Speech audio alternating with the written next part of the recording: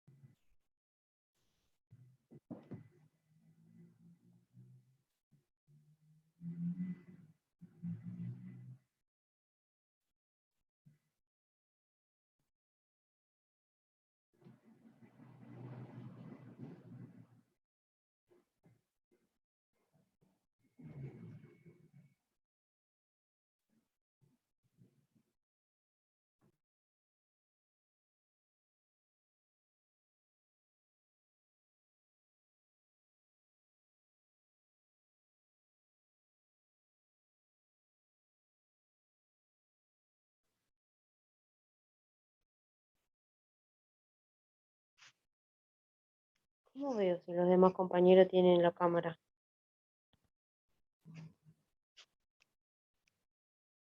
Ahí está. No, nadie tiene la cámara. La cámara es opcional, la pueden poner o no, como ustedes prefieran.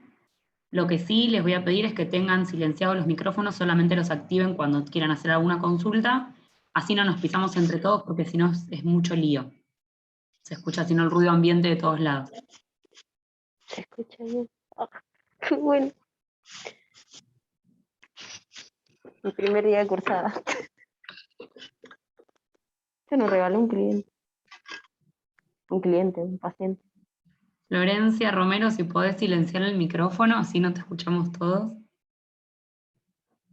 Gracias. Después, cuando tengan alguna consulta o alguna duda, pueden habilitarlo al micrófono y hacen preguntas sin problema.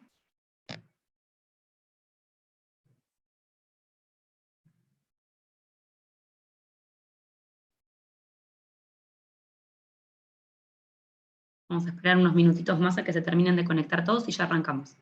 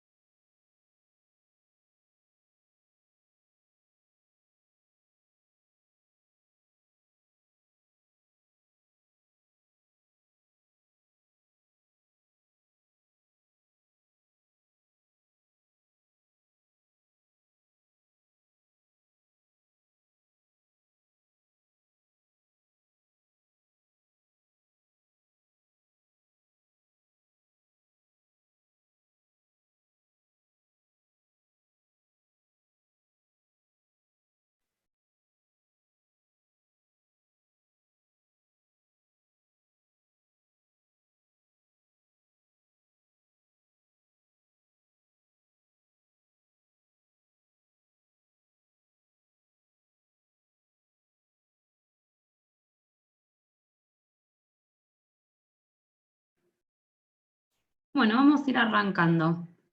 Antes que nada me presento para los que no me conocen. Mi nombre es Tamara, soy técnica de anestesia, instructora en el Hospital Argerich. Les voy a dar esta materia de instrumentación junto con Marina. Ella les va a dar la clase que viene, así que entre nosotras dos nos van a tener para estas clases. Lo que vamos a hacer son clases por Zoom, como hoy.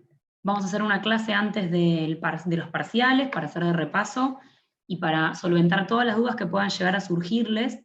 Lo que sí les voy a pedir, cuando tengan alguna duda, que pregunten durante el Zoom, o si no, se la anoten y en la clase de dudas háganlas, no se olviden. Si quieren las pueden mandar en el campus por consulta al docente, y las respondemos en el Zoom, así todos se pueden sacar esa duda, porque por ahí les surge a más de uno.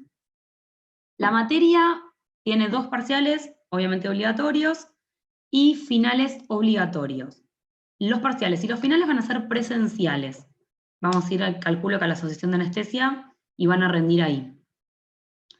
¿Tienen alguna duda sobre la cursada de la materia?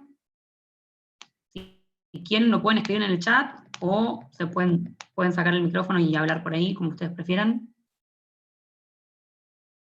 Si no, empezamos.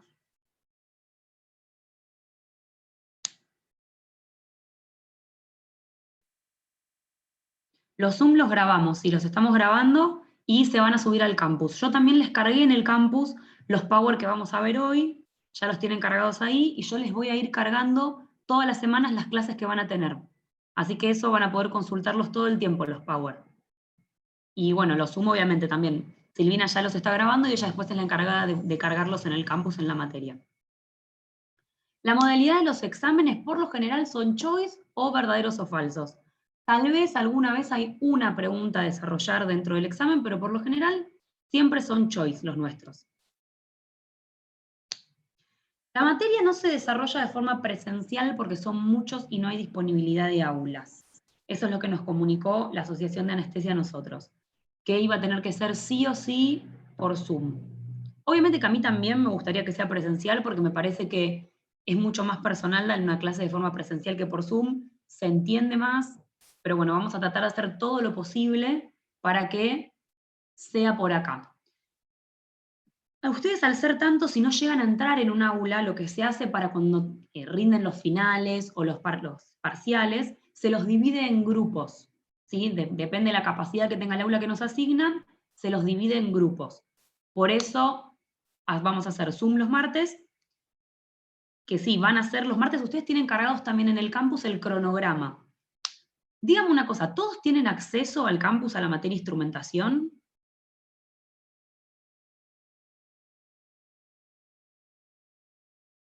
Perfecto, bueno, genial, todos tienen acceso.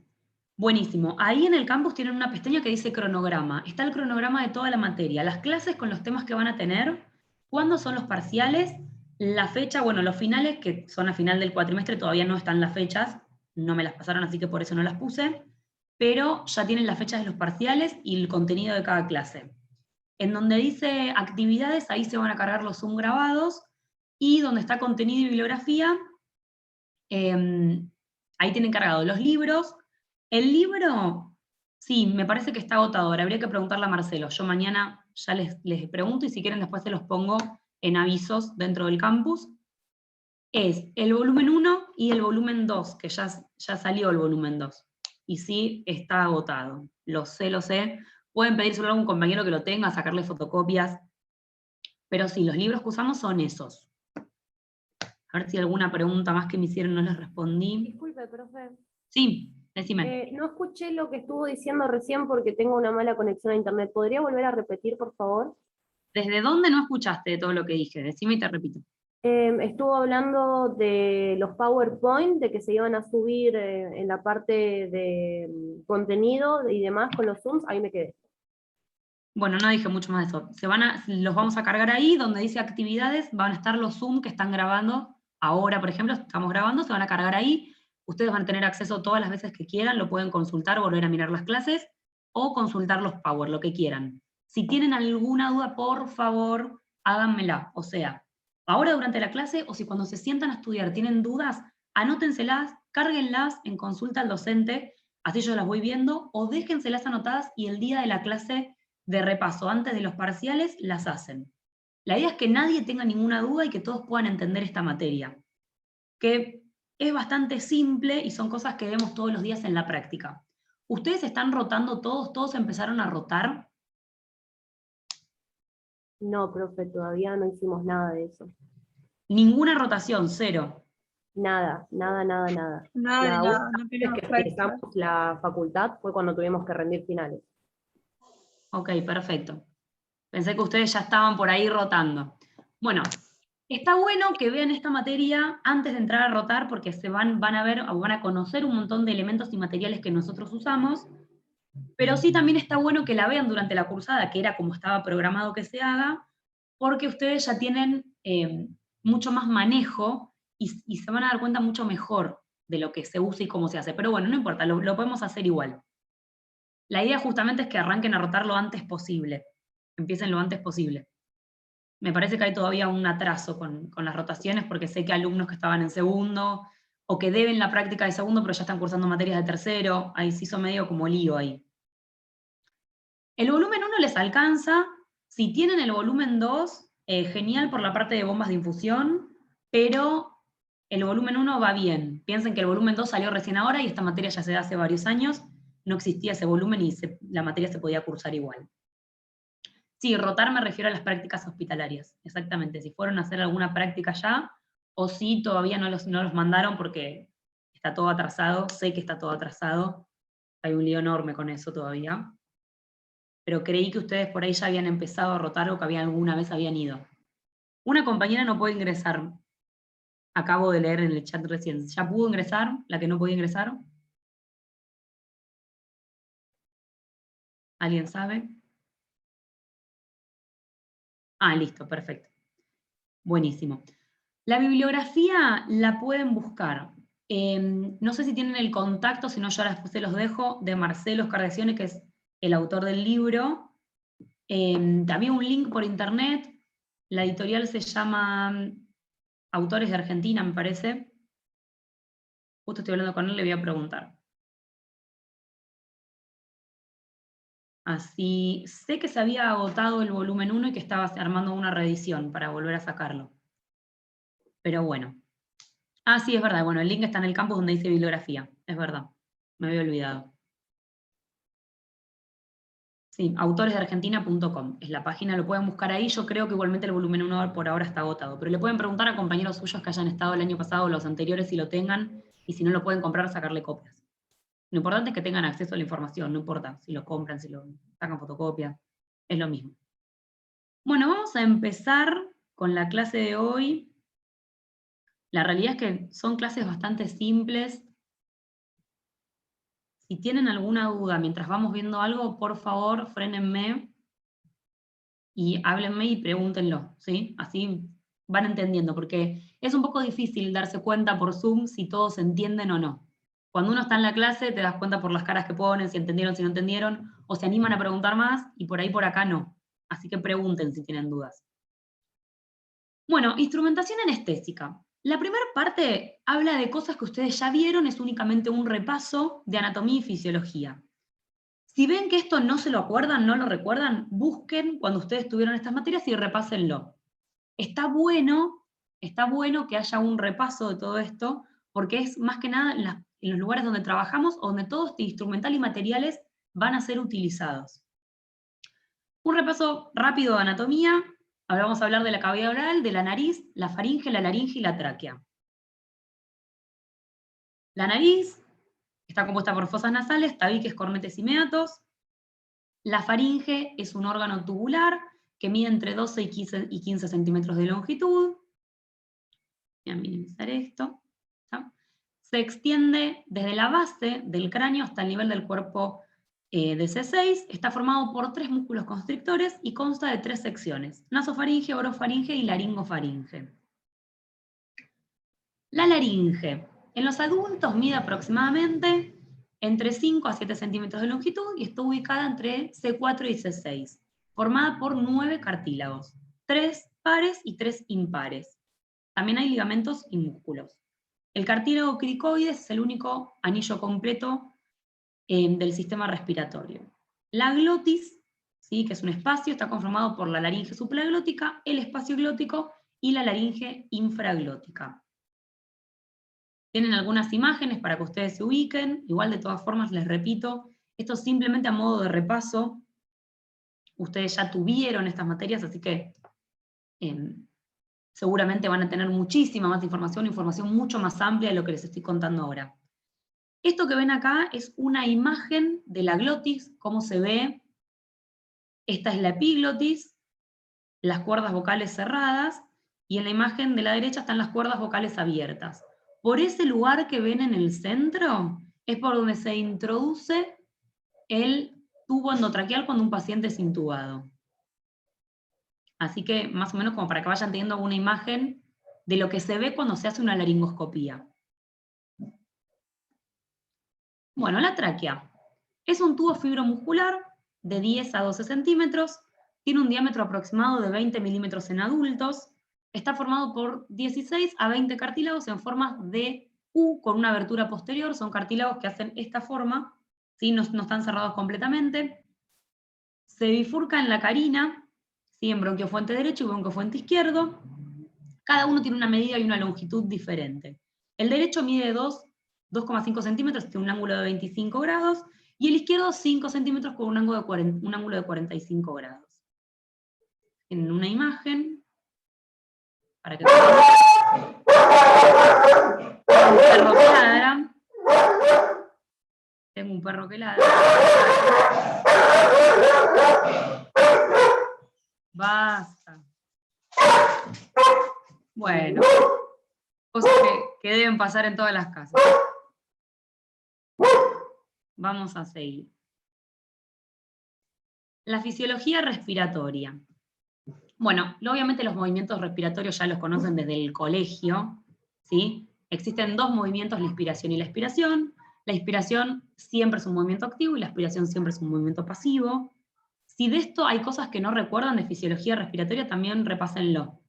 Yo creo que ustedes tuvieron fisiología también, ¿no? O solamente anatomía, no creo que fisiología también. Sí, tuvimos fisiología. Perfecto, genial. Bueno, entonces, cualquier cosa que no se lleguen a acordar de esto, repásenlo, porque también les va a servir cuando entren a quirófano. Van a aprender no solamente los materiales que usamos, sino van a ver un montón de cosas en los monitores que si no recuerdan esto, se les va a complicar un montón, sobre todo en el respirador de la mesa. Entonces, yo sé que hay un montón de materias, tienen un montón de contenido y un montón de cosas. El día que sepan que los van a mandar a rotar, por favor repásenlo. Porque después por ahí llegan y están un poco perdidos y todos esos son temas que ya se les dio. Por ahí se les dio en primero y se olvidaron hasta que empezaron a rotar con todo el tiempo que pasa. Pero ténganlo en cuenta y repásenlo porque se les va a simplificar un montón. Bueno, acá nada, simplemente estamos viendo el intercambio gaseoso en los alvéolos, una imagen. Funciones del sistema respiratorio que también ya las conocen. Distribuidor de aire, intercambio gaseoso, filtra, calienta, humidifica. Ya todo esto ya lo saben. Simplemente es una introducción. Y acá empezamos con sí los materiales que usamos nosotros. Una de las cosas más importantes que usamos son las máscaras faciales, que son estas.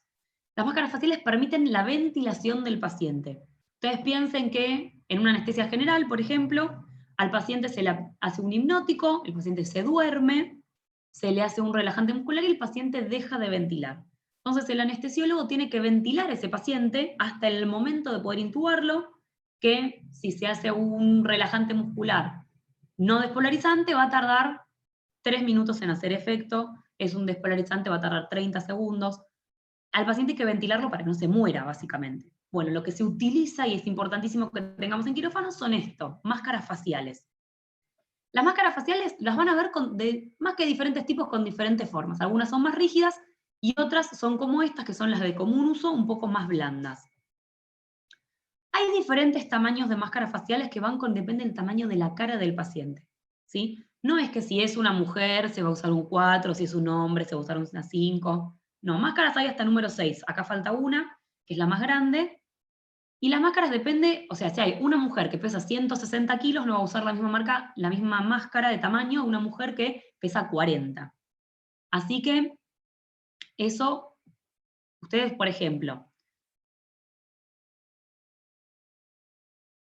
perdón, estoy leyendo el chat.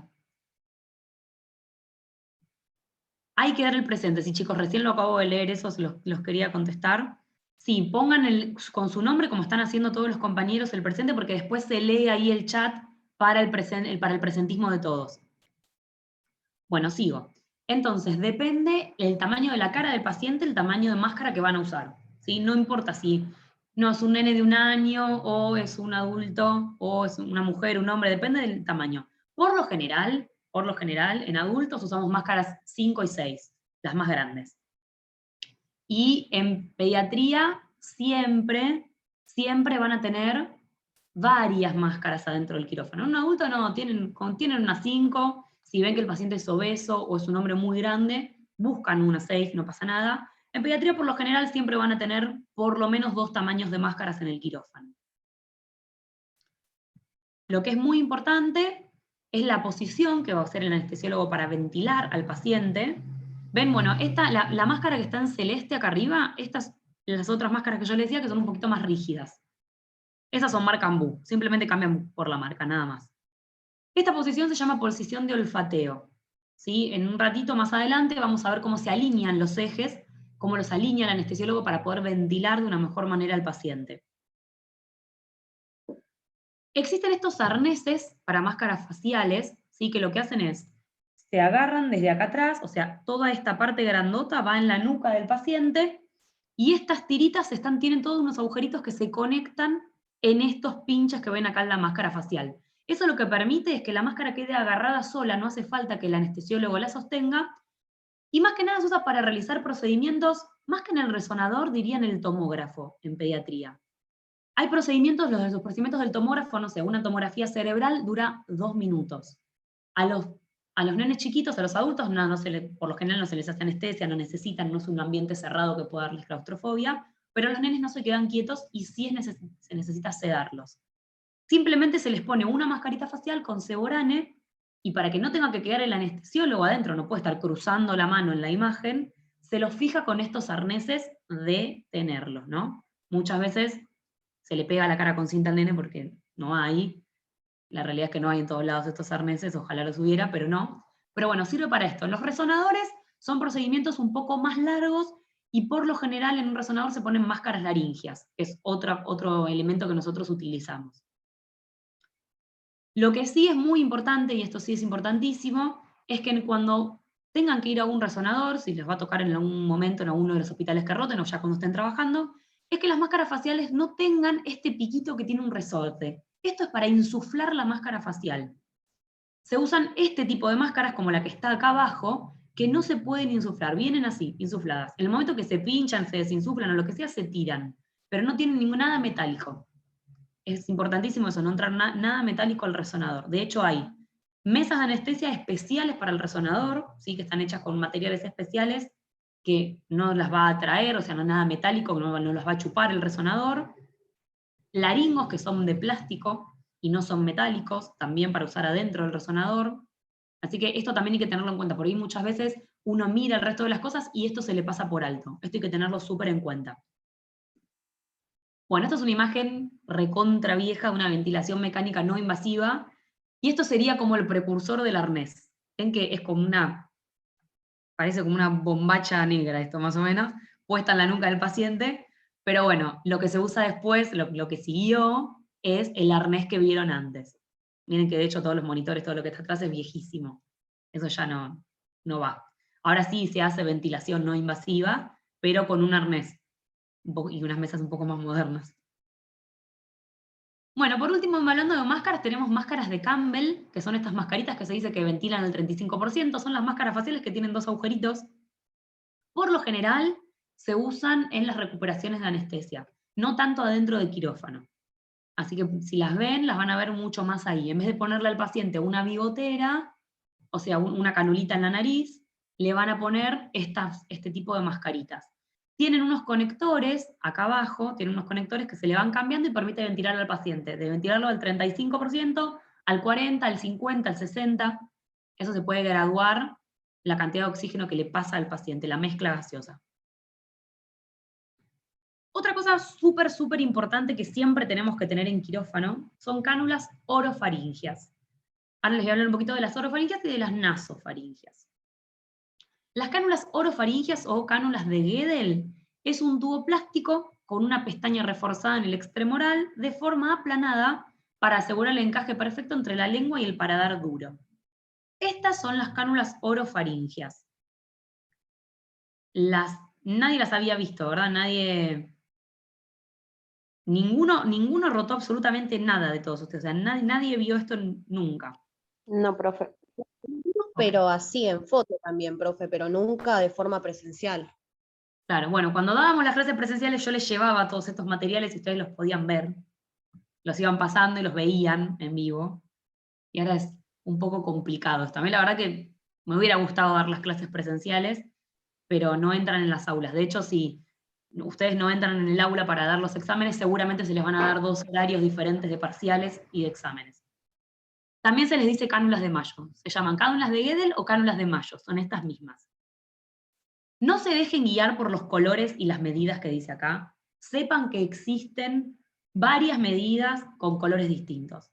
Los colores cambian según las marcas. O sea, no se estudien que si tiene 50 milímetros es azul, porque, por ejemplo, un ejemplo acá, la más chiquita es la azul, bueno, en el hospital ahora la más grande es la celeste, es la azul como ese color. O sea, no se dejen guiar por eso. Yo lo que considero es que no es importante aprenderse cuántos milímetros tiene con un color de una marca específica, me parece que no tiene mucho sentido. Lo que sí es importante, ahora vemos esto, es esto, saber cuál es el tamaño adecuado de la cánula, ¿sí? Cómo se busca el tamaño adecuado.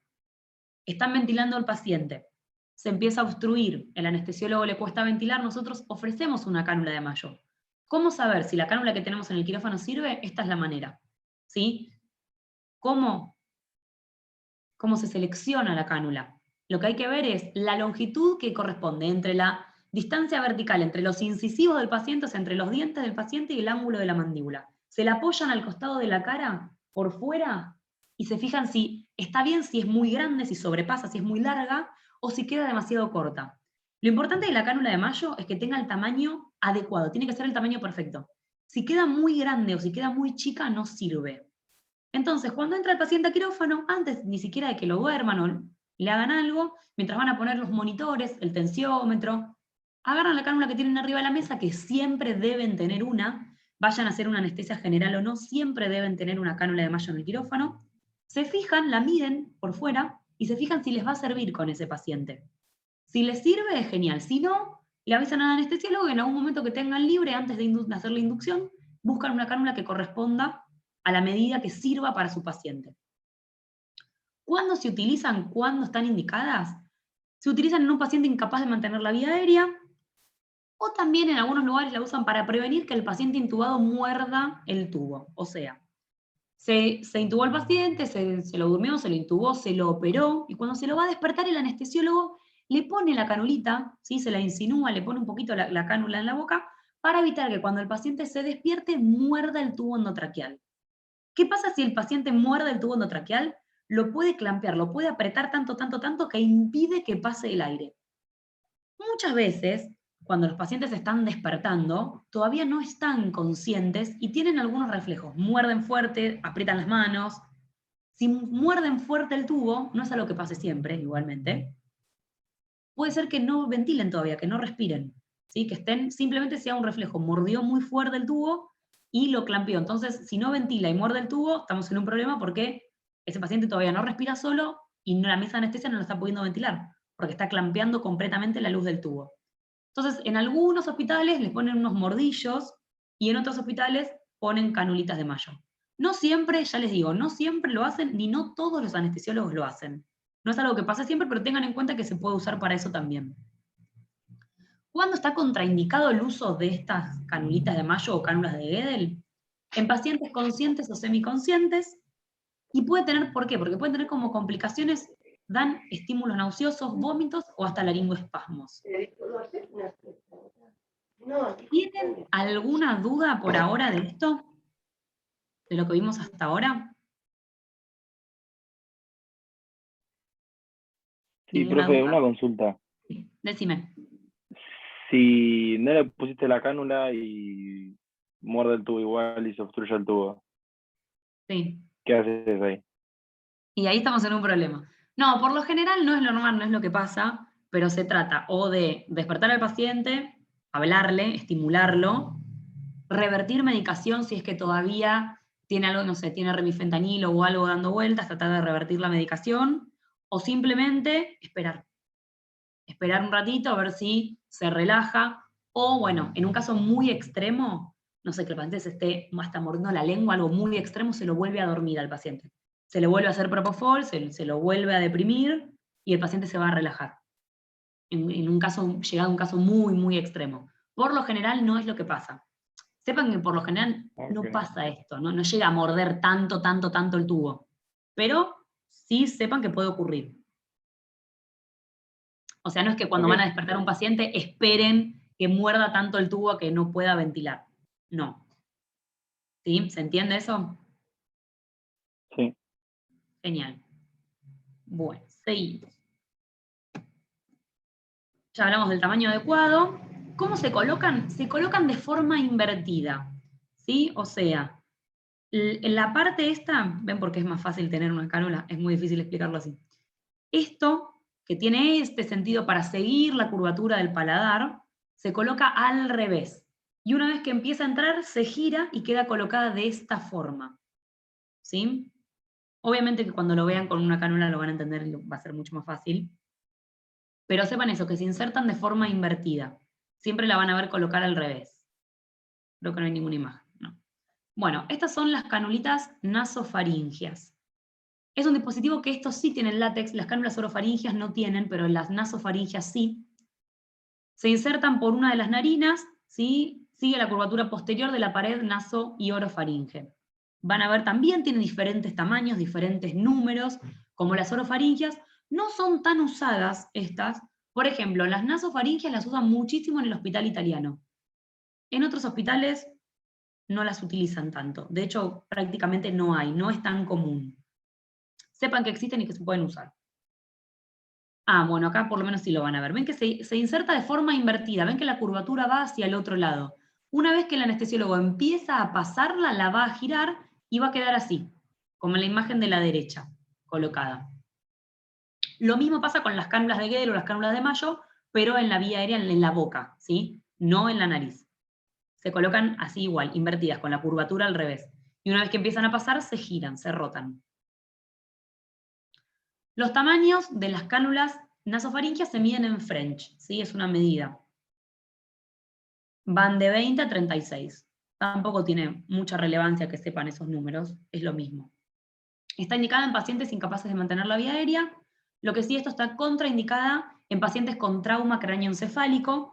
¿Por qué? Porque puede migrar, no se sabe si el paciente tiene todo rota la cabeza, o sea, es un politrauma, lo traen, lo atropelló un colectivo, lo traen y no lo pueden ventilar. Bueno, no le van a poner una cánula, si no lo pueden ventilar van a tratar de buscar la forma de ponerle una cánula de Guedel antes de ponerle una nasofaringia, porque como no sabemos el estado, que están todos los huesos en su cabeza, pues esa cánula puede migrar hacia lugares pensados.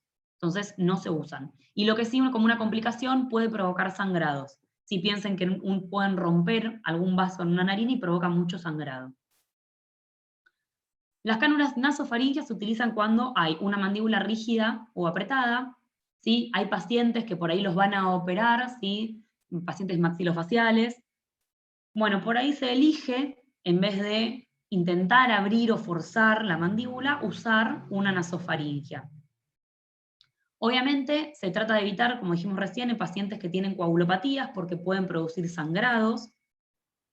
Se evita en pacientes que tienen traumas severos en el cráneo o en la cara. Básicamente esto es lo que ya estuvimos contando.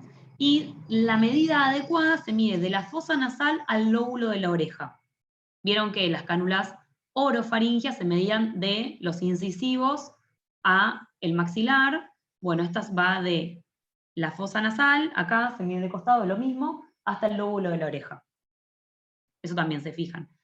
Por lo general no va a haber estas cánulas, pero sepan que existen. Bueno, y por último, esta parte, vamos a hablar de los resucitadores manuales, que son el ambú. Esto seguramente lo conocen todos escucharon hablar de un ambú. Está compuesto, bueno, ambús hay de diferentes tamaños porque las bolsas son de distintos tamaños, ¿sí? Adultos, pediátricos y neonatales. Consta de diferentes partes, una máscara facial, que estas son un poco más rígidas, la de los ambú por lo general, que las que usamos en la mesa de anestesia. Tienen una válvula unidireccional, o sea que no permite que lo que exhaló el paciente vuelva, una bolsa autohinchable, una bolsa reservorio y una toma de oxígeno. Por acá se puede ventilar al paciente así, al 21%, con el aire ambiente, o se puede conectar oxígeno ahí para ventilarlo con oxígeno al 100.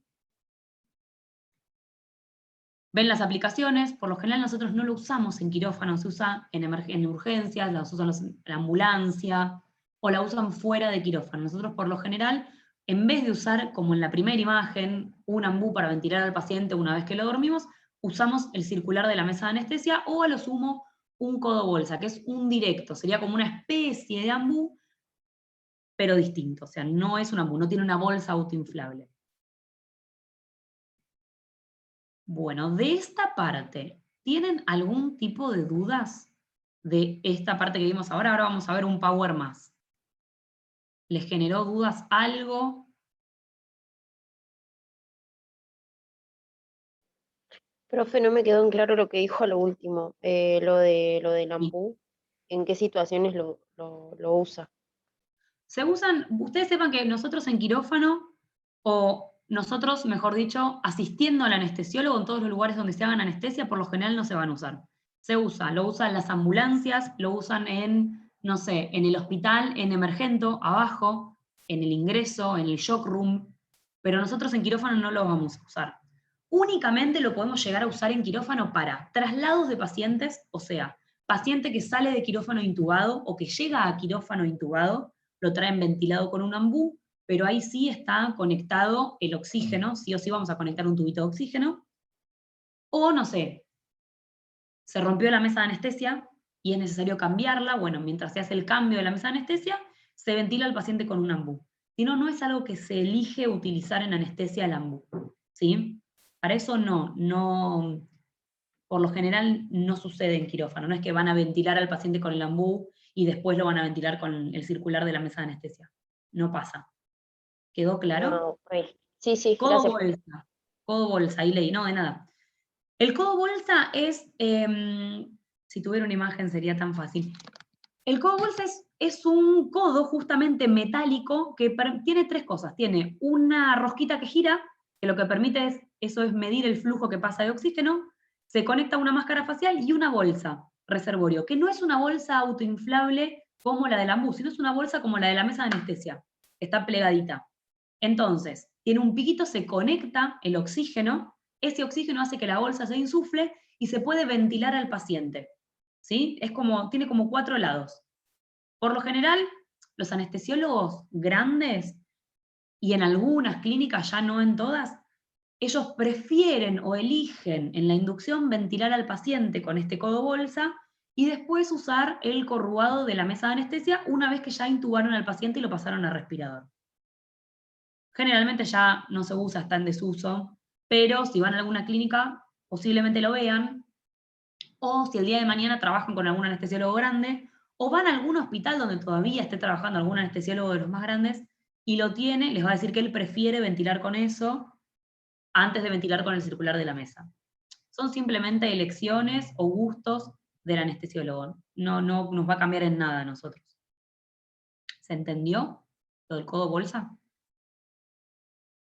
Después voy a buscar si hay alguna imagen y se las voy a cargar en el campus para que la vean, de codo bolsa. ¿Alguna duda más de esto? Ay, mira, ahí cargaron una imagen, qué genios. Cargaron una imagen del codo bolsa, a ver si la puedo abrir. ¿Y la puedo abrir y la veo? A ver. Sí, bueno, este es plástico, sería como una cosa así, pero metálico.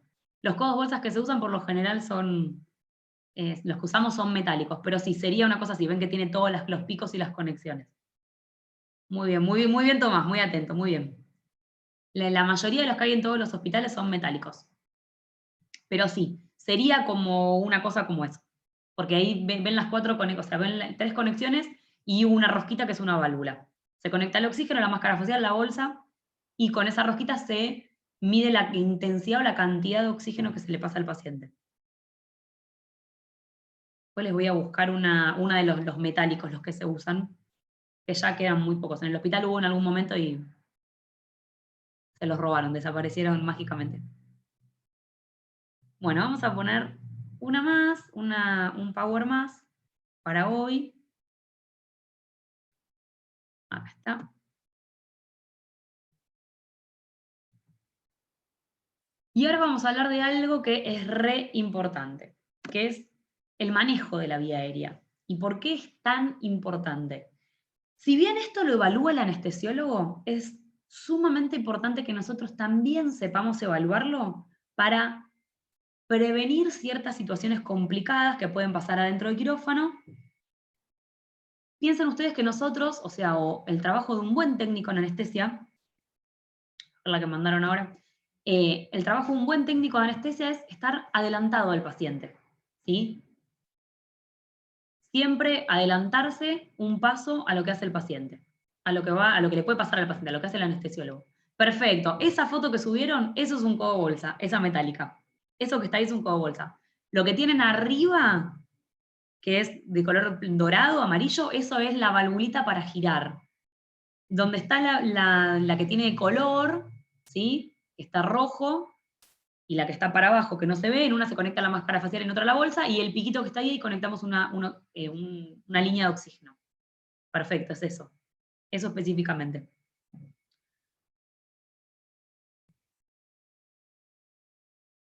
Yo descargué la imagen que mandaron tus compañeros ahí en el chat, Florencia, y me la abrió. La descargué y me la abrió. Igual después, de todas formas, si quieren yo les cargo esa imagen, se la subo y se las pongo en el campus para que todos lo vean, si alguno no lo puede abrir. Bueno, entonces decíamos, es muy importante que nosotros sepamos predecir, puede pasar o puede parecer y después no lo sea, una vía aérea dificultosa. ¿Cómo hacemos eso? Existen diferentes parámetros, ¿sí? Primero sepamos la definición, ¿qué es una vía aérea difícil? Se define como aquella situación clínica en la cual un anestesiólogo con un entrenamiento convencional experimenta dificultad para la ventilación de la vía aérea superior con una máscara facial, como las que vimos antes, dificultad para una intubación traqueal o para ambas. Hay ciertos predictivos, ¿sí? O parámetros que nos ayudan a saber si vamos a tener una posible ventilación dificultosa o una posible intubación dificultosa.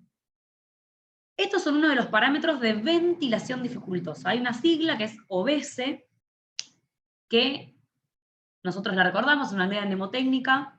La O corresponde a obesidad, un índice de masa corporal mayor a 26, pacientes con barba, pacientes edentados, o sea, pacientes sin dientes, por ejemplo, a pacientes grandes que cuando los vamos a dormir en quirófano siempre se les pide que se saquen las prótesis dentales, pacientes con SAOS con síndromes de apneas obstructivas del sueño o un historial de ronquidos diarios, y pacientes mayores a 55 años. Si se cumple alguna de estas cosas, puede que tengamos una ventilación dificultosa. Puede. Lo que no estoy queriendo decir es que siempre que una de estas se cumpla sea difícil de ventilar. Lo que sí esto nos hace es una alerta, nos hace darnos cuenta y decimos, bueno, tenemos un paciente grande, sin dientes, fijémonos sí o sí que la cánula de Mayo corresponda con el tamaño que va a necesitar el paciente. Un paciente con barba o un paciente obeso, sabemos que por ahí va a ser más difícil de ventilar. Es como para estar atentos. Si el paciente ronca, ¿de qué nos va a hablar? Ustedes piensen que cuando al paciente se lo duerme y se lo relaja, todas las estructuras blandas se relajan y como que se achanchan, se relaja todo lo que está acá, todo eso se relaja. Si el paciente cuando duerme nos cuentan que ronca, el paciente dice, no, sí, yo ronco, puede que cuando nosotros lo durmamos pase la misma situación. ¿Por qué ronca el paciente? Porque muchas estructuras se colapsan, producen ronquidos y hasta pueden producir apneas, el paciente que deja de ventilar. Eso nos habla que puede que sea el paciente difícil de ventilar, porque si ya cuando duerme en su casa hay estructuras que se colapsan, acá que lo vamos a inducir y lo vamos a llevar más allá del sueño de su casa, seguramente se le van a colapsar las mismas o más estructuras. Entonces nos habla que el paciente puede ser difícil de ventilar. ¿A qué estar alerta? Justamente a esto, a que el paciente puede que sea difícil de ventilar. Piensen que si a un paciente no se lo ventila y por consiguiente después supongan que no se lo puede intubar, el paciente se puede morir, ¿sí? El paciente que no se ventila puede hacer un paro por hipoxia. Por eso es importantísimo. Entonces, estén atentos. Si ven que llega un paciente obeso, o que les cuenta que no puede, que cuando duerme ronca mucho, o que ya llega en la camilla semisentado, o sea, no tolera el decúbito, no puede estar acostado, porque dice que le cuesta respirar, y bueno, seguramente va a ser un paciente que va a ser más difícil de ventilar. Entonces, siempre tengan una máscara facial adecuada, una cánula de mayo adecuada, al tamaño que va a corresponder con ese paciente, ¿sí? La barba justamente porque, ¿vieron la máscara facial? Adaptan toda la cara.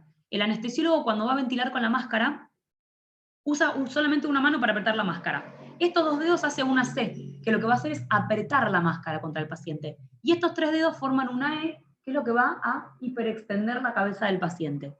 ¿Sí? Así y así. No sé si se llega a ver, porque es medio difícil hacer esto por acá, pero si el paciente tiene muchísima barba, cuando quiera hacer esa C y apretar la máscara, va a fugar por todos lados. Entonces un paciente con muchísima barba es difícil de ventilar porque no se puede adaptar bien la máscara facial. Exactamente, no permite coaptar bien la máscara, exacto.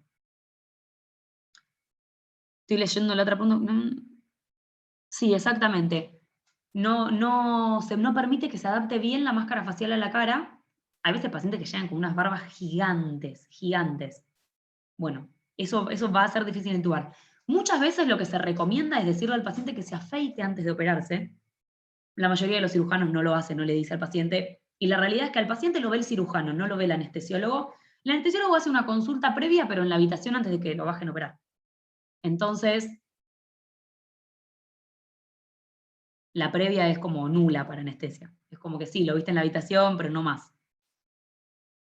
Si vos tenés que usarlas, como acá preguntan, si hago bimanual, o sea, si lo ventilan con 2 manos. Sí, está bien, se lo puede ventilar con 2 manos y poner la mesa en respirador y que el paciente, vos tengas la máscara y ventilándolo con 2 manos, pero esto ya es una situación para rescatar una complicación. ¿Sí? Al paciente vos lo tenés que poder ventilar con una mano y con la otra la bolsa reservoria. Si ya no se lo puede ventilar con una sola mano, sí, obviamente vamos a buscar alternativas para poder ventilarlo y que no se muera ese tipo. Pero lo ideal es ventilarlo con una mano y con la otra la bolsa. Lo ideal es que el paciente no tenga esas barbas gigantes. No es una barbita crecida de 3-4 días. Son esas barbas, ¿vieron esos que vienen esas barbas gigantes así? Bueno, eso es difícil. Más que nada esto para que ustedes estén atentos, estén alertas y sepan, bueno, por ahí puede que cueste ventilar a este paciente, voy a tener a mano la cánula, nosotros siempre es como que estamos en muchas cosas a la vez. Prestamos atención a muchas cosas. Por más que el anestesiólogo no te diga, uy, el paciente este es viejito, le sacamos los dientes, el para adentro, me va a costar ventilarlo, tenete una cánula, él no te lo va a decir. Por lo general no te lo van a decir. Vos tenés que estar atento a eso y decir, me voy a tener la canulita más cerca porque seguramente me la va a pedir porque le va a costar ventilarlo, porque tiene toda la cara metida para adentro, porque no tiene un diente y le va a costar ventilar. Entonces, ustedes piensen que nosotros no somos simplemente calientasueros o cargadores de jeringa. La tecnicatura de anestesia abarca muchísimo más. Y cuanto más preparados estemos para asistir al anestesiólogo, más le va a servir al médico. ¿Sí? Obviamente que todos estos son procedimientos médicos, que los van a hacer ellos. Nosotros no vamos a hacerlos, pero sí necesitamos saber qué es lo que necesita o cuáles son las posibles complicaciones que puede tener para poder asistirlo de la mejor manera. Entonces, ya hablamos de los parámetros de ventilación dificultosa. Ahora vamos a hablar de los parámetros de intubación dificultosa. Porque si bien un paciente puede ser fácil de ventilar, pero difícil de intubar, o puede ser muy fácil de ventilar y muy difícil de intubar. O puede ser fácil de ventilar e intubar, o, que es la peor situación y catastrófica, que un paciente sea extremadamente difícil de intubar y extremadamente difícil de ventilar. Eso ya es como la peor situación que podemos llegar a tener adentro del quirófano. Un paciente difícil de intubar, difícil de ventilar y difícil de intubar es un paciente que seguramente va a haber que hacerle una traqueo, porque no va a quedar otra situación, porque si no se va a morir. Entonces, parámetros de intubación dificultosa. Apertura bucal, se los leo y ahora se los voy mostrando cada uno. Apertura bucal, protrusión mandibular voluntaria máxima, distancia tiromentoniana, relación lengua-faringe, clasificación de Malampati y movilidad de la articulación atlanto-occipital. Apertura bucal. Hay 3 grados de apertura bucal. Obviamente que cuanto menos abra la boca el paciente, más difícil de intubar va a ser, ¿sí? Porque menos espacio van a tener para meter el laringo, para pasar el tubo, para ver, para todo.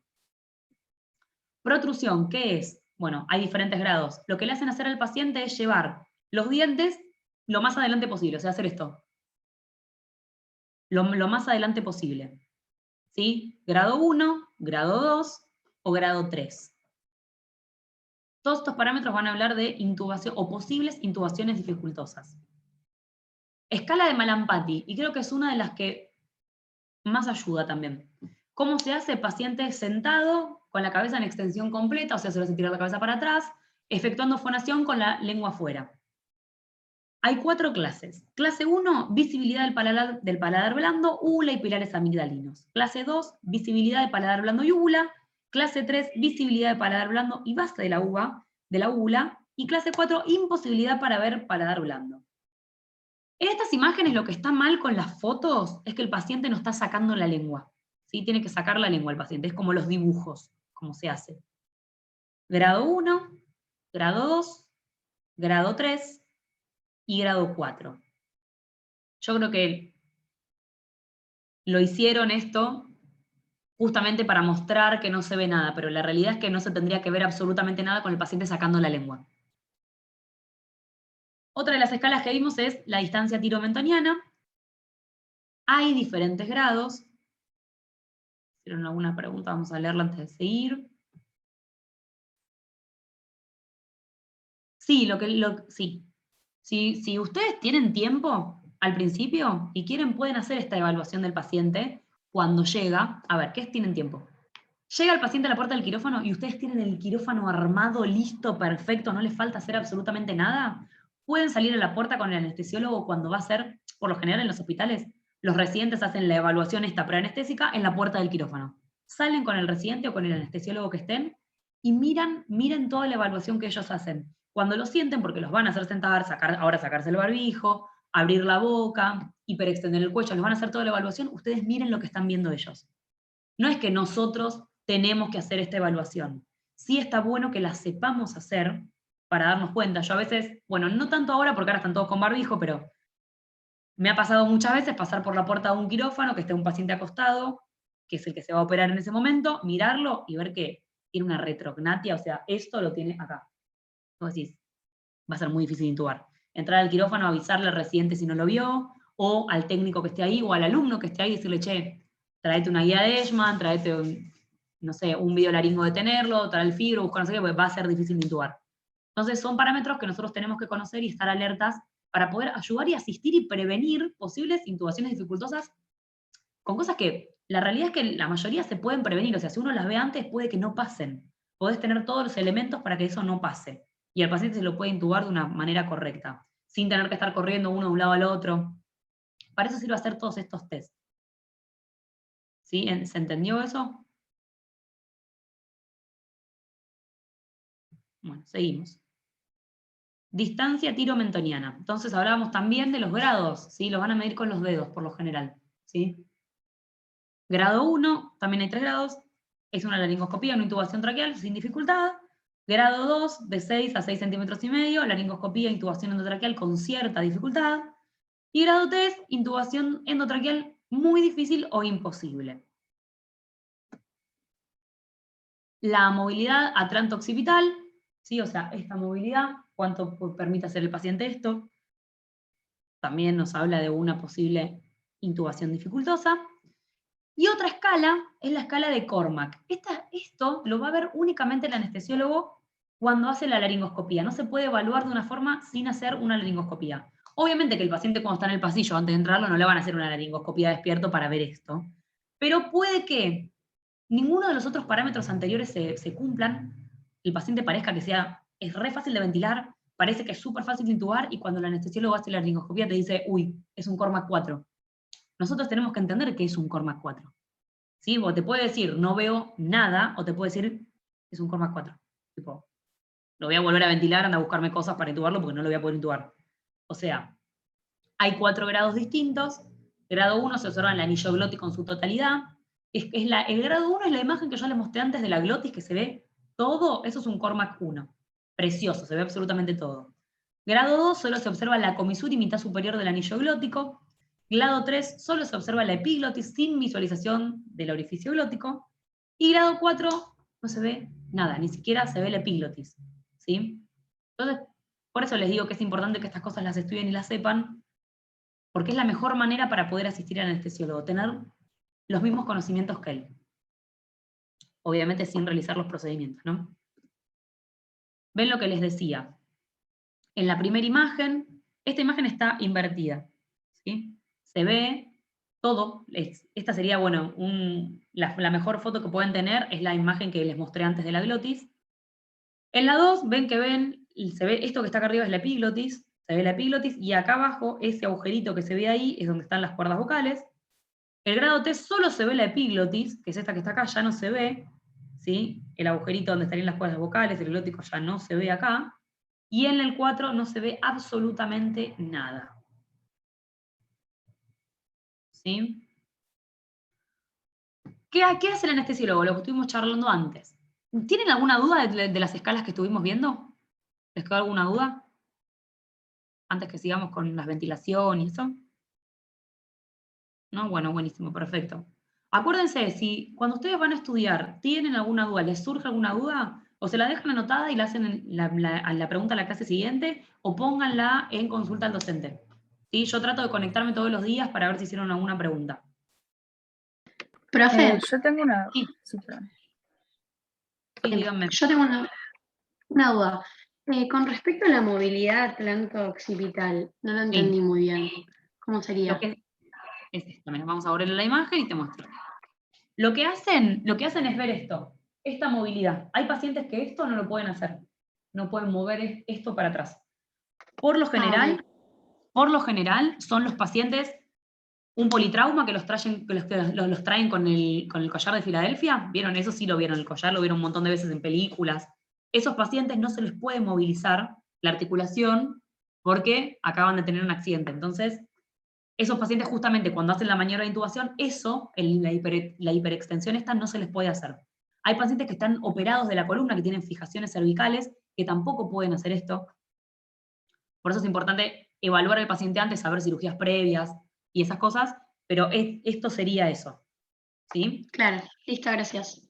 No, de nada. ¿Alguien más tenía una duda?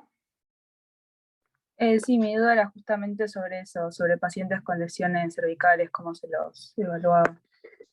Y qué cosas podían ser que fuera más difícil todavía.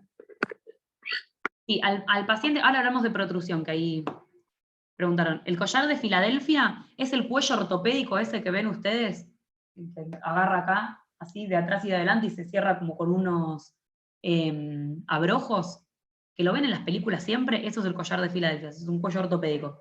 Un paciente que, no sé, lo atropellaron en la calle, llega con esos collares, o no sé, un accidente de auto, lo que sea, llega siempre con esos cuellos puestos. Lo que se hace para intubarlo a ese paciente, cuando está en la camilla, nunca se le saca el cuello, simplemente lo que se hace es, en el momento de la intubación, se le retira únicamente la parte de adelante. O sea, está compuesto por dos partes el collar. Una que lo agarra todo de acá atrás y otra que lo agarra de acá. Se le abren los abrojos, cuando hay que intubarlo, se saca eso, la parte de adelante sola, y se hace una laringoscopía sin hacer este movimiento. ¿Sí? De haber un laringoscopio óptico, o tener un fibro, o haber algún otro elemento, ¿sí? Que ya los van a ver en esta materia más adelante, para intubación van a usar eso en vez de usar un laringo común, para justamente mover o tener que traccionar lo menos posible, ¿sí? La articulación. Profe, una pregunta. Sí. Todos entonces se pueden hacer con el paciente consciente, excepto el de Cormack. Exactamente, exactamente. Perfecto. Gracias. En el caso de un Cormack 4, si el anestesiólogo mira y dice tipo, no veo nada, o es un Cormack 4, lo que se va a hacer va a volver a ventilar al paciente, lo va a volver a ventilar, y nosotros vamos a ir a buscar dispositivos para asistir esa intubación dificultosa. Que si bien los van a ver en esta materia más adelante, se los cuento. Van a usar una guía de Edgeman, que es el elemento más barato y más común que puede haber, pero es el más salvador del mundo, que es una vara que es semirrígida, larga, muy larga, ¿sí? Que tiene una curvatura en la punta. En clases más adelante lo van a ver esto igual, no se preocupen. Les cuento para que se saquen la duda. Esa vara el anestesiólogo, bueno, después que lo ventile, va a hacer otra laringoscopía y va a pasar esa guía de Eichmann. Eso es increíble, pero con la curvatura que tiene va siempre a la vía aérea, por lo general. Se pasa eso y por eso se inserta el tubo endotraqueal. ¿Sí? Es como una vara y que se inserta el tubo endotraqueal por el medio. Pasa el tubo endotraqueal, se retira esa vara, se insufla el balón y se ve si el paciente está correctamente intubado. En los hospitales que tienen, la FROBA es similar, ahora te cuento la diferencia. En los hospitales que tienen laringoscopios ópticos, obviamente que van a usar un laringoscopio óptico porque es lo mejor que te puede pasar en el mundo. Un laringoscopio óptico, por lo general, tiene muchísima más curvatura, tienen unas ramas especiales, depende del que sea, se llaman D-Blade o X-Blade, depende la marca de laringo que sea, que tiene una curvatura mucho mayor que el laringo común. Entonces eso levanta mucho más la epiglotis y permite ver las vías aéreas anteriores mucho mejor. O en otro caso, llegado el caso que tengan y que lo sepan usar muy bien, van a llevar un fibro. Y lo van a intubar con un fibro. Si el paciente no se puede intubar y lo están pudiendo ventilar, de última la cirugía se suspende y al paciente se lo despierta. ¿Sí? Lo importante, o sea, lo más importante de todo esto es que al paciente se lo pueda ventilar. Si un paciente se lo puede ventilar, no se va a morir. Por más que esté relajado y haya que ventilarlo con la mano 40 minutos, que es el tiempo que duran los relajantes musculares de acción intermedia, que son los que por lo general se usan, no importa, el paciente no se muere. Lo importante es que se lo pueda ventilar. Así que, fundamental eso. Después, bueno, si se lo puede intubar, genial, buenísimo, se puede seguir adelante. Ahora, si no se lo puede intubar, pero sí se lo puede ventilar, se lo despertará, la cirugía se suspenderá y se reprogramará, se buscará la mejor estrategia para intubarlo en una próxima instancia. La diferencia entre la FROBA y la Eichmann que preguntan son dos estiletes semirrígidos. La diferencia es que la FROBA tiene un mandril metálico que pasa por dentro, eso le da mayor rigidez. Tanto la FROBA como la Eichmann pueden tener, mejor dicho, la Eichmann puede tener o no un canal para ventilar al paciente, o sea, tener un agujerito adentro, o sea, en vez de ser toda completa como, no sé, como una lapicera, iba a decir, pero no, justamente no, la lapicera tiene un agujero. En vez de ser toda completa como un grisín, que es todo entero, completo, puede tener un agujero como una lapicera que es rígido y tiene un agujero, donde se conecta un pico y se ventila al paciente. La FROBA siempre tiene ese canal de ventilación, pero además tiene un mandril rígido. Es muchísimo más firme.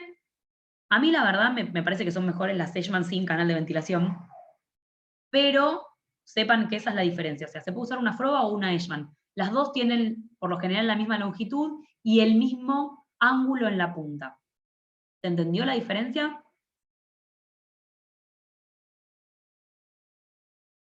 Entre FROBA y Eichmann.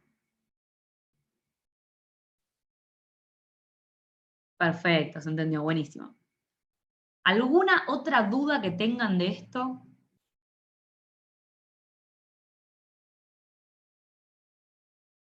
Sepan que hay un montón de dispositivos para asistir todas estas vías aéreas que los van a ver a lo largo de todas estas clases y de toda esta materia. Y yo sé que es un poco más difícil que lleguen a entender todo. Ahora vemos lo de protrusión, me había olvidado. Es un poco más difícil que lleguen a entender todo si no están en quirófano y no lo están viendo. Yo sé eso, que es más complejo. Protrusión, vamos a buscar la imagen, así se las muestro junto con la imagen y les muestro. Hay diferentes grados, lo que se hace es, al paciente se lo mira de perfil y se lo hace llevar los dientes lo mayor adelante que puedan, o sea, hacer esto. ¿Sí? ¿Ven la imagen que se lo hace llevar los dientes para adelante? ¿De qué me habla esto? O sea, esto cuando el anestesiólogo hace la laringoscopía, le va a permitir más espacio, ¿sí? Va a tener mayor lugar para poder ver esto. La mandíbula por lo general como que la desarticulamos cuando se ventila al paciente, esto como que se baja, la articulación, y se la lleva para adelante. ¿Se entiende lo que es la protrusión mandibular?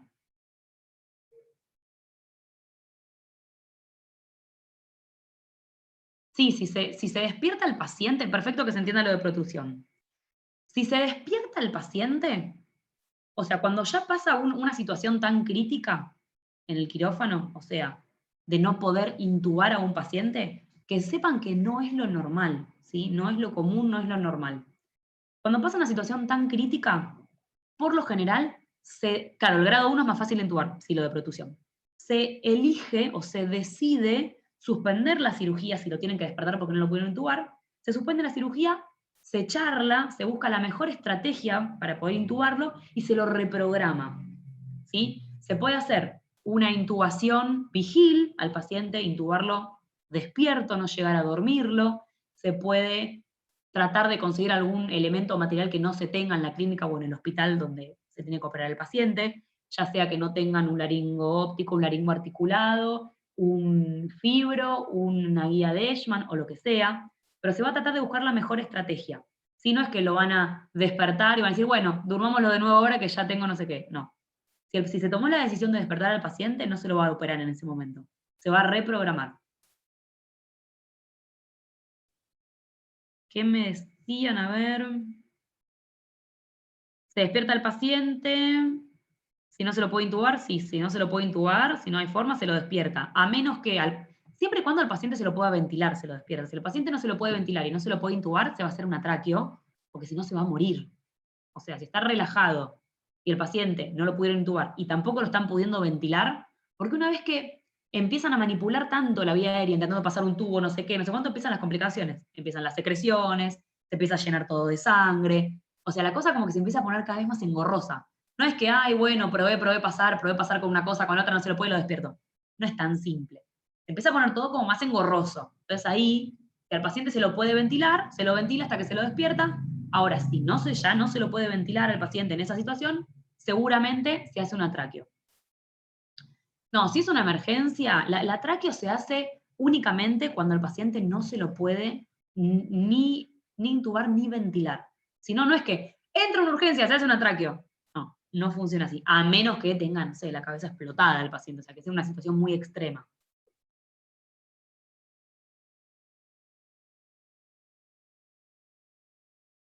Ya contesté esta, ¿alguna duda más? A ver. Únicamente, sepan eso, únicamente van a hacer una traqueo cuando el paciente no lo puedan ventilar ni lo puedan intubar. ¿Sí? Por lo general, lo más crítico y lo peor, sí, bueno, pueden hacer una crico. Por lo general, a ver, hay set de crico que ya vienen armados y están dentro de los carros Vortex que tienen todos los hospitales. Si hay cirujanos en el quirófano, seguramente lo que se va a elegir es que hagan una traqueo el cirujano. ¿Sí? Si hay cirujanos de cabeza y cuello en la planta quirúrgica donde está pasando esto, seguro van a llamar a un cirujano de cabeza y cuello que haga una traqueo, que seguramente lo va a hacer más rápido que el anestesiólogo porque lo hace 1000 veces y está mucho más acostumbrado. Ahora, lo más crítico que puede pasar en un quirófano es que al paciente no lo puedan ventilar. ¿Sí? Lo intentaron, lo relajaron, lo están intentando ventilar y no pueden. Eso es la situación más crítica que van a tener en un quirófano. Que por suerte me pasó 2 veces nada más.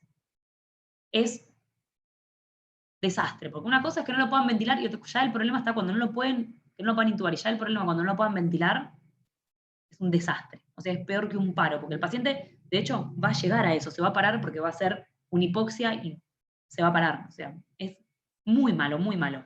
Entonces, llegado el caso, si no hay nadie y pueden hacer una crico, el anestesiólogo va a hacer una crico. Ahora, si hay un cirujano de cabeza y cuello, seguro se lo va a llamar para que haga una traqueo que la va a hacer 1000 veces más rápido. O si hay algún otorrino, seguro van a llamar para hacer una traqueo. Es lo que más rápido van a hacer. O sea, se trata de tomar la mejor decisión, ¿no? en una situación crítica. ¿Quedó claro esto? ¿Todo este tema? No, un cirujano experimentado no tardan en hacerlas. Imagínate que si nosotros no tardamos en dormir a un paciente o en poner una vía, un cirujano experimentado, no. Pero también, o sea, no es un ginecólogo, ¿sí? O sea, un cirujano experimentado es un cirujano de cabeza y cuello, un otorrino, o sea, cirujanos que lo hacen todo el tiempo, no un cirujano general que lo único que hace es cirugía de pared, que hace hernias. No. ¿Sí? Estando esa posibilidad, seguramente el anestesiólogo va a decidir hacer una crico. Mira, lo que está escrito es eso, 3 intentos de intubación. Por lo general no pasan 3, pasan 75 millones de intentos de intubaciones antes que digan, vamos a hacer una crico. ¿Está mal? Sí, está mal. Lo que tendría que pasar es que hagan 3 intentos o que cambie el operador, ¿sí? Si uno no puede, que cambie el operador, pero no más de 3 intentos hasta que hagan una crico. Cada vez se está implementando más en decirles a los anestesiólogos, o sea, incentivarlos, inculcarles que decidan hacer una crico mucho antes de lo que están decidiendo hacerla. Todavía no pasa eso. Por lo general siempre intenta, está el residente, no lo puede intubar, intenta el médico de planta que está con ese residente, no lo puede intubar. Llamen a Pirulito, viene otro anestesiólogo, intenta hacerlo. Por lo general lo que pasa todavía es eso. Pero la realidad es esa, que no deberían ser más de 3 veces y el anestesiólogo debería decidir con anterioridad hacer una crico, que es lo que últimamente en los cursos, en los ACLS y todos los cursos que les dan a los médicos, están intentando hacer. Y se espera tanto porque les cuesta tomar esa decisión, porque no están acostumbrados, porque es un procedimiento que no se realiza nunca, esa es la realidad. Una crico no se hace jamás, no se hace nunca. No es poner una vía o intubar un paciente que es algo que se hace todos los días 700 veces, no se hace jamás. Entonces, le cuesta al anestesiólogo tomar esa decisión porque, o sea, piensen en la cantidad de vasos y estructuras que hay en el cuello, o sea, es algo medio peligroso. Pero bueno, nada, eso es un tema que tendrán que charlar los médicos, ahí nosotros no participamos, ¿sí? O sea, nosotros siempre los asistimos, pero en esas decisiones nosotros nos mantenemos al margen. Sí podemos buscar ayuda, llamar a otro anestesiólogo, si vemos que está complicado buscar a alguien, eso sí seguro, pero ese tipo de decisiones las toman los médicos, no es decisión nuestra. ¿Se entendió, chicos, esto? Sí, profe. Buenísimo. Bueno, les voy a mostrar entonces la última parte, que no queda prácticamente nada de lo que queda acá de la clase, que es la ventilación. Lo que estuvimos viendo de las máscaras faciales antes. Esto. Vieron que ya estuvimos hablando de la ventilación con la máscara facial, ¿sí? Hay ciertas maniobras para mantener la vía aérea permeable. ¿Qué se puede hacer? Se usa esto, que les mostraba recién, la hiperextensión del cuello, o sea, llevar el cuello del paciente hasta atrás, traccionar la mandíbula, ¿sí? Este movimiento, o sea, lo que se hace es, se toma la mandíbula de acá, se la lleva hacia adelante, y se lo levanta, ¿sí? Para abrir la vía aérea. Rotar la cabeza, muchas veces están ventilando al paciente así y rotan la cabeza de costado y es más fácil ventilarlo. O se utilizan cánulas nasofaringias u orofaringias, que son las canulitas que estuvimos viendo antes. Cuando se va a instrumentar la vía aérea, o sea, se va a intubar a un paciente, lo primero que se hace es preoxigenarlo, ¿sí? O desnitrogenarlo, en realidad es lo que se hace, es eliminar la mayor cantidad de nitrógeno que tiene el paciente, para que tenga todo un acumule residual de oxígeno, y esto te dé más tiempo para maniobrar la vía aérea e intubarlo. Ustedes piensen que cuando están intubando a un paciente no lo están ventilando, ¿sí? Toda la maniobra de intubación. Entonces, cuanto mejor preoxigenación tenga o mejor desnitrogenación tenga el paciente previa a la intubación, más tiempo van a tener para intubarlo, ¿sí? Antes de que caiga la saturación. Es importantísimo tener un buen plano anestésico, que el paciente tenga una buena posición, o sea, que tenga una buena almohada y alineados los ejes, que ahora se los voy a mostrar en una imagen, y obviamente que se realice una correcta técnica de intubación orotraqueal. Esto es importantísimo, los ejes alineados. Miren la primera imagen, la que está arriba, el paciente no tiene almohada, el eje oral, el faringio y el laringio es un desastre. Ven que están todas las líneas cruzadas, es un lío. En el segundo, fíjense cómo mejora poniendo una almohada, ¿sí? Cómo mejora los ejes, ¿sí? Fíjense acá. Todavía no está alineado el eje oral, por estos dos sí. O sea, acá está alineada el esófago y la laringe. Y fíjense cómo poniéndole una almohada y poniéndolo en esta posición, que es la posición que yo les hablaba antes, posición de olfateo, cuando los van a ventilar con una máscara facial, ¿sí? O sea, hiperextienden el cuello, los ponen en esta posición que se llama posición de olfateo, en la imagen de abajo de todo. Fíjense cómo se alinean todos los ejes. Es mucho más simple ventilar e intubar a un paciente de esta manera, en la última, que si no tuviera almohada o si no tuviera una hiperextensión del cuello. ¿Cómo se verifica la correcta intubación? O sea, obviamente el anestesiólogo hace una laringoscopía, nosotros los asistimos, les pasamos el tubo endotraqueal, insuflamos el balón. Los tubos endotraqueales tienen un balón que se insufla, ¿sí? Ahí sale como una manguerita del tubo endotraqueal, se insufla un balón y ese balón queda sellando toda la vía aérea y se corrobora de las siguientes maneras. Primero, el anestesiólogo, visualización directa, o sea, ve perfectamente cómo pasa el tubo por entre medio de las dos cuerdas vocales. ¿Se acuerdan de esa imagen que vimos? Las cuerdas vocales, pasa el tubo por el medio. Después, se empieza a ventilar al paciente y se visualiza una expansión simétrica, que, o sea, se mira que los dos pulmones expandan de la misma manera. Acuérdense la anatomía, ¿sí?, de los bronquios, si el tubo se metió adentro del bronquio derecho, pues ustedes acuérdense el ángulo que tiene ese bronquio, se pudo haber metido ahí, en vez de quedar antes de la carina, se pasó, el anestesiólogo lo pasó mucho. El izquierdo puede no ventilar, entonces cuando ustedes ven que ventila, va a ventilar así, el paciente en vez de ventilar así, ¿sí? Tienen que mirar eso. El anestesiólogo va a ocultar al paciente, ¿sí?, la ocultación.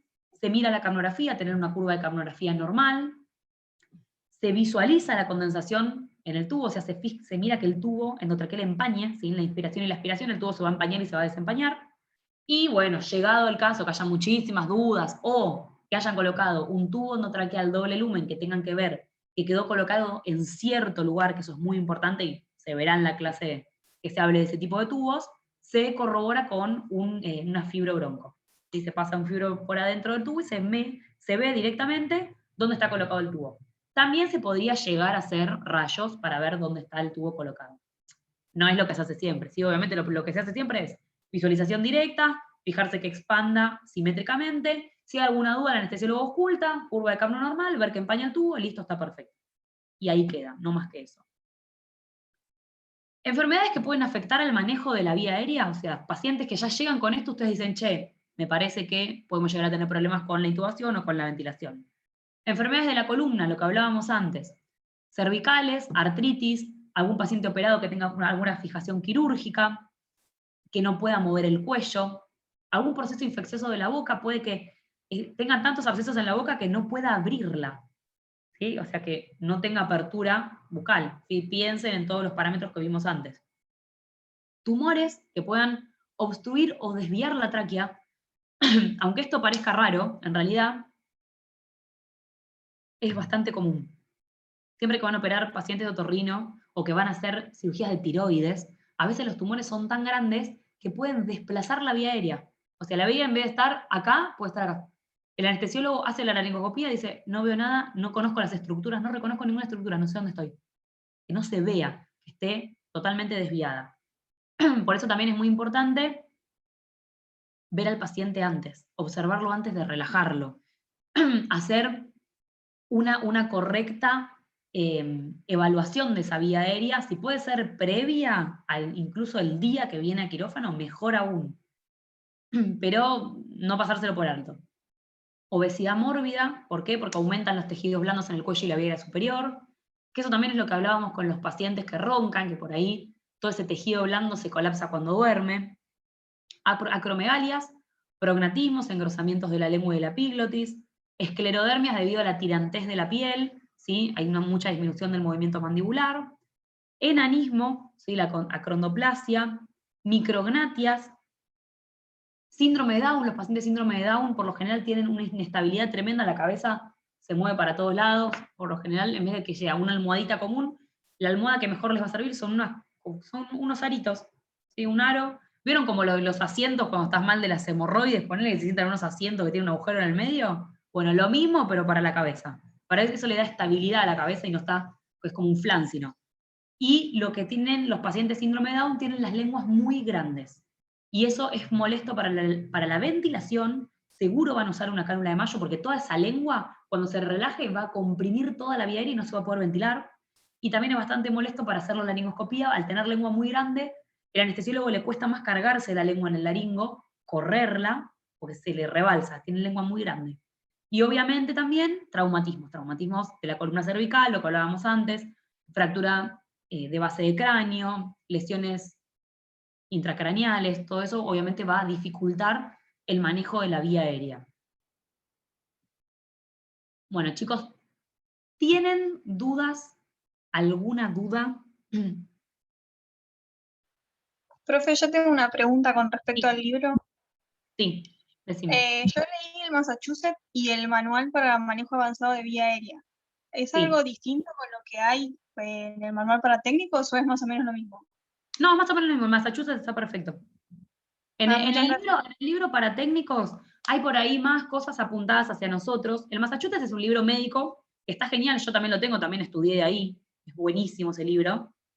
Lo que tiene el manual para técnicos por ahí es que tiene ciertos tips o consejos o cosas más apuntadas hacia el trabajo técnico y no tanto hacia el médico. Pero si tenés ese libro y querés estudiar de ahí, estudia perfectamente, no hay ningún problema. Muchas gracias. Los PDFs de Dilución y Swan son PDFs que quedaron de clases que siguen, que ya se cargaron el año pasado. En vez de borrarlos, los dejé. El de diluciones es re importante, igualmente. Diluciones vamos a ver cuando veamos toda la parte de Peri y de Raki, que hablamos de anestésicos locales. Ahí vamos a hablar de diluciones, ese PDF les va a servir para ahí. Y el de Swan quedó de la última clase que se da, quedó cargado, no lo eliminé. Igualmente son imágenes sobre un Power que después se explica. ¿Sí? No. El de Swan seguro que no. El de diluciones, no me acuerdo ahora el cronograma. Esperen que lo miro. Si ustedes lo tienen por ahí, fíjense, la próxima clase me parece que es de dispositivos supraglóticos y no me acuerdo de qué más. Si en la clase que entra diluciones, es la clase que vamos a hablar de bloqueos periféricos, así que vamos a hablar de anestésicos locales.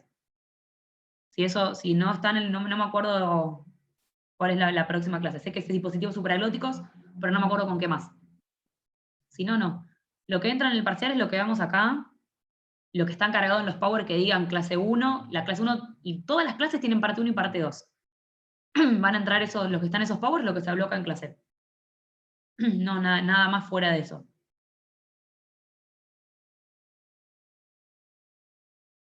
Dispositivos supraglóticos, clasificación, perfecto. No, nada, va a entrar en diluciones, ahí no está. Diluciones lo van a ver después del primer parcial, pues entra para el segundo. Profe, ¿le puedo hacer una consulta? Sí, obvio. En el cuatri anterior, en la introducción a la anestesia, a la hora del examen final nos tomaban casos clínicos, que no habíamos visto casos clínicos, fue todo muy teórico. En esta materia va a ser igual, vamos a tener casos clínicos, ejemplos. Nosotros más que casos clínicos, o sea, no apuntamos a las decisiones médicas, ¿sí? Yo soy técnica, no soy médica, y me parece que ustedes van a ser técnicos, no médicos, entonces no tanto a las decisiones. Sí podemos preguntarles ejemplos, no sé, ingresa un paciente, tantos años, tanto peso, politrauma, no sé, podemos decir que tiene, como hablamos hoy, un collar de Filadelfia. Nosotros lo que sí les podemos preguntar es, ¿qué llevarían para asistir la intubación o la ventilación de ese paciente? Pero no, ¿qué es lo que vas a elegir? ¿Sí?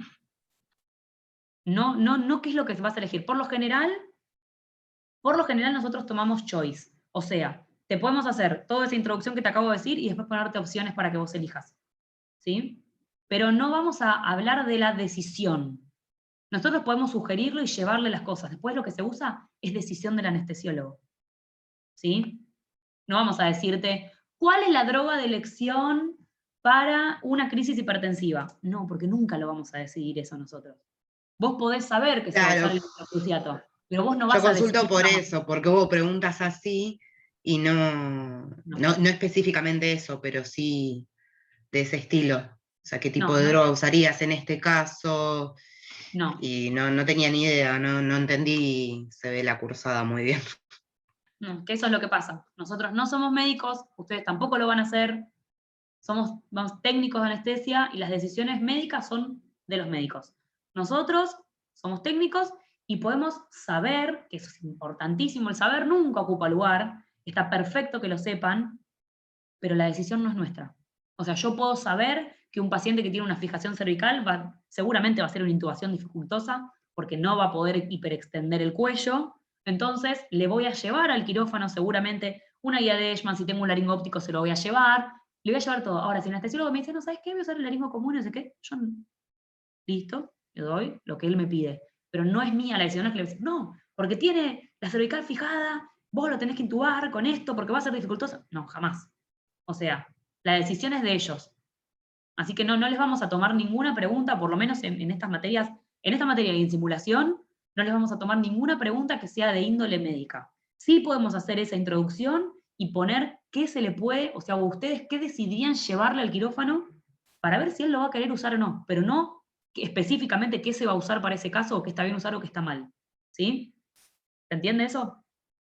Sí, perfecto. Gracias, profe. Genial. Genial. ¿Tienen alguna otra duda al respecto sobre la clase de hoy o sobre algo más que tengan dudas en la primera clase de la materia?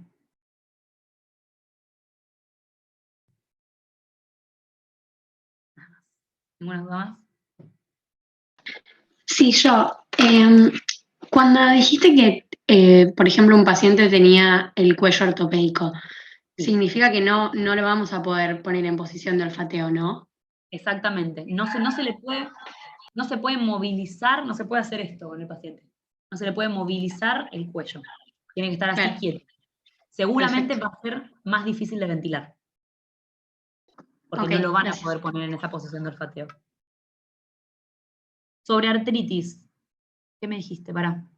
Sí, sí. Sí y no. O sea, depende del grado. Si es un paciente, o sea, recontra mil viejo, que está ya, la artritis es una, bueno, o posiblemente alguna articulación, pero por lo general no. Lo que molesta más por ahí en las articulaciones es la calcificación, pero no para la intubación, sino por ahí cuando van a hacer alguna raqui o alguna peri, que tienen los espacios muy calcificados y les cuesta pasar, pero no tanto para la intubación, la artritis. ¿Qué libros del capítulo son más importantes? Mira, yo lo que haría, o lo que yo hacía cuando estudiaba, era siempre complementar las clases con información del libro. O sea, si hoy hablamos de parámetros de ventilación de vía aérea, de intubación, yo iría al libro y complementaría la información con eso. ¿Sí? Yo creo que para mí todo el libro es importante, pero sí complementaría con eso. O sea, iría a buscar más información. Sí. Lo que nosotros vemos en clase, ¿no sería suficiente para reprepararnos? Es suficiente, para los exámenes es suficiente. No se les va a preguntar nada que no esté dentro de lo que se les da en clase y que están en los Power. Simplemente, por curiosidad, yo iría a ampliar, nada más. Pero es suficiente lo que se les da en los Powers, es suficiente. Genial. Y los apuntes de la clase, para mí, es suficiente eso. Libros, no me acuerdo si les pusimos, si está escrito bibliografía complementaria, pero el libro que mencionó tu compañera, el Massachusetts, es un libro súper completo, que tiene un montón de cosas. Yo no sé de dónde se puede descargar. Yo lo compré, pero no sé, por ahí alguno de tus compañeros sabe si se puede descargar de algún lugar. Para mí ese libro es excelente, el Massachusetts es excelente.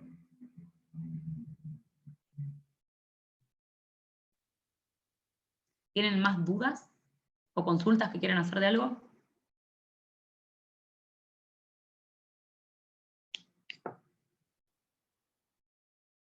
Los parciales van a ser presenciales. Los parciales y el final van a ser de forma presencial. Seguramente en la Asociación de Anestesia y ahí te dijeron, mira, en el grupo de Telegram está el libro. Buenísimo. Qué bueno que tengan eso, yo no existían esas cosas. Los parciales van a ser presenciales y seguramente si son muchos y, no sé, no nos dan el auditorio, por ejemplo, que por ahí en el auditorio sí entran todos, los van a partir. Seguro un grupo le dirán, no sé, que vaya a las 3 de la tarde y otro grupo que vaya a las 4 de la tarde. Eso habrá que verlo cuando llegue el momento del parcial, dependiendo el aula que nos den. O por ahí, no sé, las aulas nuevas que no las conozco, tienen mayor disponibilidad. El problema es que, además de eso, empezó la cursada de la residencia, que ellos también antes tenían virtuales y ahora los residentes las hacen cursar presencial. Entonces la disponibilidad de aulas bajó un montón. Así que seguramente las aulas más chicas nos las dejen a nosotros, o las más grandes, y posiblemente para los parciales haya que partirlos en 2 tandas. Igualmente en esta cursada ustedes no son tantos, son 56 o 54. No son muchos. El año pasado sí eran, no sé si eran 110 o una cosa así, ahí sí tuvimos que hacerlo en, no sé, como en 4 tandas cuando venían a rendir porque eran un montón. Por ahí ahora en una de esas ustedes no hace falta que se los parta si nos dan justo ese día un aula. El problema con la cursada es que además de eso, ARBA tiene cursos, entonces tienen las aulas ocupadas todo el tiempo. Y obviamente nosotros somos el último rejón del tarro, así que no nos dan aula para ir a cursar, y lo tenemos que hacer por Zoom, para la cursada sí o sí.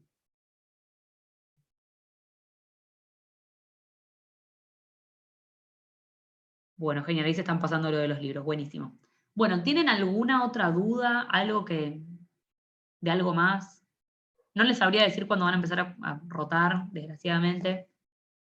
Eso no los puedo ayudar con eso, que supongo que deben estar ansiosos, porque a mí era lo que me pasaba, tenía ganas de rotar. Más allá de las materias teóricas que están buenísimas, es un complemento genial, lo que uno tiene ganas es de estar en el hospital. Eso sí que no los puedo ayudar. Así que bueno, si no tienen Sí, ninguna profe, más que duda- nada porque es más interesante poder ver las cosas en persona también. No es lo No, mismo y ver aplicar, o fotos y sea, entender el funcionamiento. todo lo que ustedes estudien acá, todo lo que vean en la teoría, después lo van a aplicar en la práctica. Todo, completamente todo. Por más que ustedes estudien algo ahora que digan, oh, ¿para qué quiero saber la farmacodinamia? Sí, es importantísimo eso, porque después lo ven. Entonces, yo sé que es re pesado tener un montón de materias teóricas y no estar en la práctica y no verlo, pero estúdienlo, denle bola a eso. Cuando vayan a empezar a rotar, seguro, primero van a tener un curso introductorio que también lo damos con Marina, son 3 o 4 clases para que tengan una idea de las cosas que van a ver en quirófano. Y eso es importantísimo que lo estudien, que lo sepan, no que lleguen tipo a quirófano y no están, entran y están como perdidos, no entienden nada. Entonces está bueno que a toda esa teoría le den bola, si algo vieron que se olvidaron, que lo repasen, que lo busquen, anatomía, fisio, fármaco. Es importante porque se van a dar cuenta que lo van a poder aplicar y van a poder agarrarle el ritmo a quirófano mucho más rápido. ¿Sí? Denle bola a eso, no cuelguen. El tema de la intubación por lo de la lengua. El anestesiólogo cuando hace la laringoscopía, el laringo tiene una cierta forma, ¿sí? Es un mango y una pala. En la rama hay una parte que está tiene como un agujero, como un hueco, la pala esa, que lo que hace eso es empujar la lengua, correrla. Piensen que si alguien abre la boca ahora y saca la lengua, no se ve nada para atrás porque está la lengua tapando todo. Entonces, lo que hay que hacer es, lo que se llama es cargarse la lengua. El anestesiólogo con el laringo barre la lengua, la carga, la corre, y ahí tiene todo un agujero perfecto para poder pasar el tubo y ver. Cuando las lenguas son muy grandes, como la de los pacientes síndrome de Down, son gigantes, o sea, enormes, es como que la lengua como que se le rebalsa del laringo, se le desborda de la pala del laringo. Entonces tiene que hacer una muy buena laringoscopía para cargarse la lengua de una forma correcta, pero impecable, para poder tener lugar para poder pasar el tubo. ¿Se entiende eso? Esa parte de lo de la intubación y la lengua, ¿se entendió? Sí, genial. Simulación les va a dar Marcelo. Yo no les voy a dar simulación porque esos días no puedo, los miércoles. Pero eso se los va a dar Marcelo. Está buena la materia. Si bien, bueno, es una materia recorta porque son 2 clases y una clase para dudas. La materia está buena porque grabamos un montón de videos en quirófano, por ahí eso también los puede acercar mucho más, ya que ustedes todavía no empezaron a rotar. La base de la materia, ustedes ya lo tienen cargado los videos, de hecho. Me parece que están cargados sin sonido, porque no permitía cargarlos con sonido el campus, solamente los podemos cargar con sonido si los cargamos a través de YouTube. El problema es que como hay pacientes, no podemos cargar eso en YouTube, porque hay pacientes reales, si bien están tapados los ojos y demás, eso no puede estar ahí, hay que cargarlo únicamente en este lugar que es como algo privado. Bueno, los videos se cargaron sin sonido, así que él cuando da las clases los va explicando arriba, pero no, la materia me parece que está buena, que les va a servir a ustedes que ni siquiera vieron nada, que no están en quirófano, y la otra mitad de la materia, en la Asociación de Anestesia les tiene que dar el curso de RCP, el BLS. Pero bueno, eso ya se encargan ellos, ahí ya no sabría qué decirle. ¿Alguna duda más que me haya pasado? No, ya les contesté todo. Si no tienen más dudas, chicos, podemos ir terminando. Si tienen alguna más, háganmela, no hay ningún problema.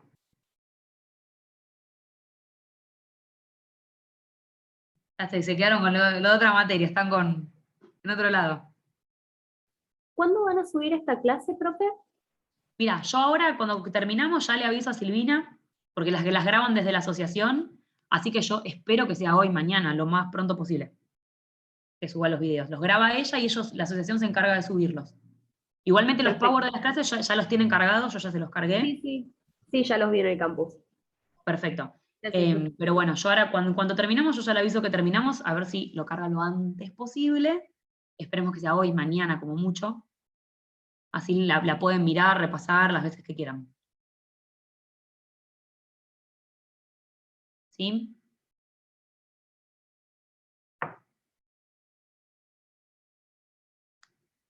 Los power sí, se los vamos a ir subiendo antes de cada clase. Yo, la verdad, la semana pasada estuve con un montón de trabajo y no los pude cargar, pero la idea es subirlos la semana previa. Yo supongo que los viernes, previos a cada clase, ya les dejo la clase cargada, si la pueden ir mirando, leyendo, estudiando, o lo que sea.